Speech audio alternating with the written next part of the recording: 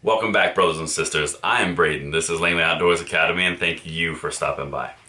All right, guys, we have some breaking news out of Washington, specifically in the chambers of the Senate, where David Chipman's nomination has hit a significant roadblock. I'm going to be honest, guys, this is something to celebrate. I'm pretty amped about it, but we're going to talk about in depth here what this means, what it has to happen now, and is he going to get confirmed? Everything is linked in the description box below, and we're going to go through all of this, and hopefully that information is something you can share, and also this video is something you can share because this is important stuff.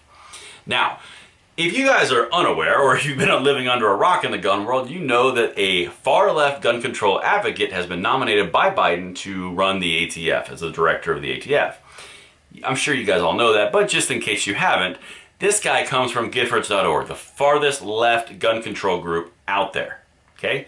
This guy's a not good thing for the gun world and the Second Amendment rights, but there is ways to stop it, and here's what I said on this channel about a month ago on May 27th, and the video itself is linked below if you want to catch up, but here's what I said.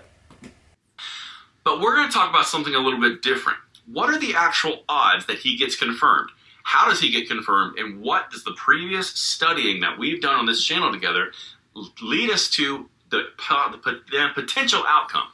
I'm going to say flat out right now, I'm not a fortune teller. I can't tell you what's going to happen, but we can study previous existing situations and extrapolate what is probably going to happen now based on the current climate. Again, I'm putting 50-50 on this. I don't know if he's going to be confirmed. One thing I do know for sure, it is going to be razor thin. I bet it will be 50-50 with VP Harris putting the deciding vote. He gets in 51-50. That's if it passes. If he gets confirmed, that's how it gets confirmed. And guys, that right there, we said it a month ago, and I stand by that math now. This is why we study so hard, you and I together, and we really spread information, because this type of detail and this type of analysis is typically accurate. Where we're sitting right now is exactly what that video just stated.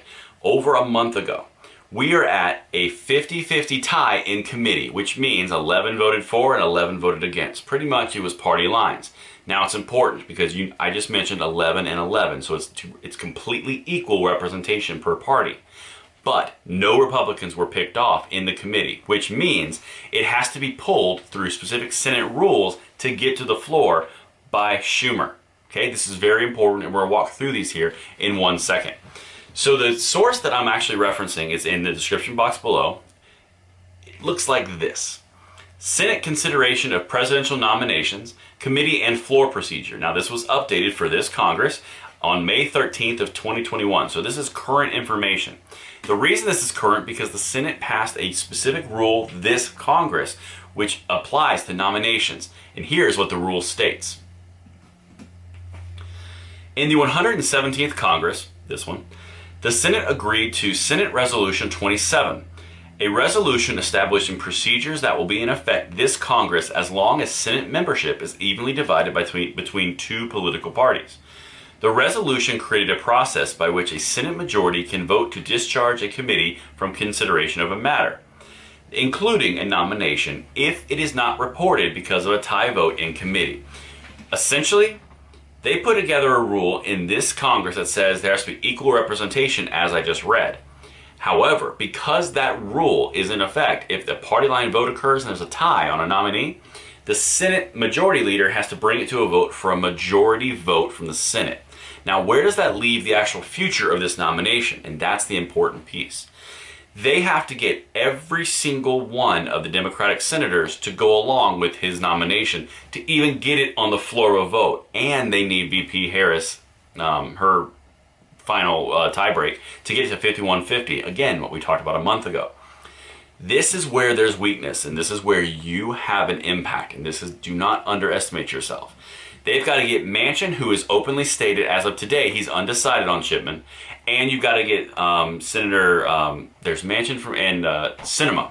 You got to get Sinema from Arizona. Those two individuals are from gun-heavy states, very gun-right-centered states. They have to go against their constituency and vote for Chipman. Now, that's not a guaranteed thing. Here's essentially where it boils down. I've got a really cool graph that they actually have on the same site below, and this kind of lays it out step by step by step. So We are at the very top of this chart. They have to go through all of these steps that you see here in order to get this guy passed and installed as the director of the ATF. It's a pretty long road. But, and all that's on the site that I've linked below if you want to look at it for more time. But here's where they've got to go. The question before the Senate when a nomination is taken up is, will the Senate advise and consent to this nomination? The Senate can approve or reject a nomination. A majority of senators present and voting, a quorum being present, which is 51 senators, is required to approve a nomination. This is where they're going to run into trouble because, like I said earlier, they have to get all 50 Democratic senators, not lose a single one. They lose one, he's toast. That's what this equates to. So that's what they have to do now. Here's where we're going to go into the future. You're going to see one of two things from the Democrats on this because this tie vote is not a good thing for them. You're going to basically, behind the scenes, they're going to be doing the math. Hey, do we have your vote? Do we not have your vote? Can we have it? Can we not have it? They're going to be tallying up. Both sides will be doing this. That's going to lead to a fatalistic decision for the nomination of Chipman. You're either going to see Biden withdraw the nomination because it doesn't have the votes and they don't want the negative press of him getting denied and rejected, which will be a sign, obviously, we won on that one. Or you're going to see Schumer take it up for a majority vote, in which case they think they're going to peel off the senators. That's as simple as it is. Biden removes the nomination or Schumer holds a vote. Either one of those are a direct tell to the win or loss. Now, Biden, if he rejects that nomination, it's over, it's toast. If Schumer holds the vote and they don't get that majority, they lose. The Democrats are on the back foot on this. It's nowhere near over. It's still going to be razor thin. But this is where you reach out to your senators and you make your voice heard. West Virginia Mansion, Arizona Cinema. This is a big deal. This is huge, guys, and we can win this. It's all about how much we execute our rights as American citizens. Until tomorrow, I'm Braden. See you later.